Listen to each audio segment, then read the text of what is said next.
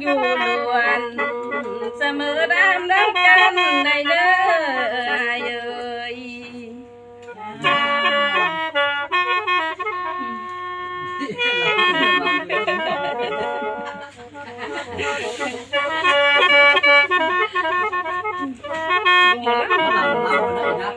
มืดเข้าบ้านเลยนะ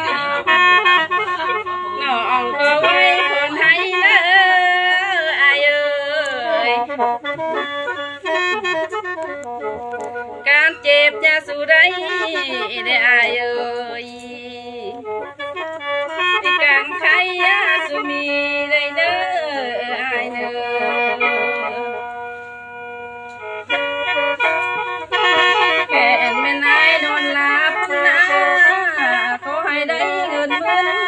เอ้ยเด้อแก่นนายนอนตื่นขอให้ได้เงินแสนได้เด้อเอ้ย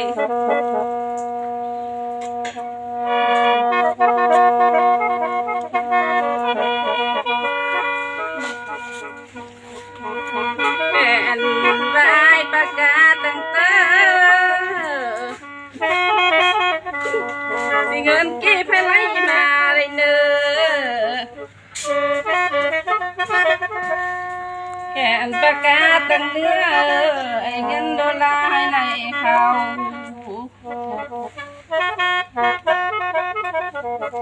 แกนแม่นเขาเลยนำอะไรเข้าอยู่ทุกวันในเด้อ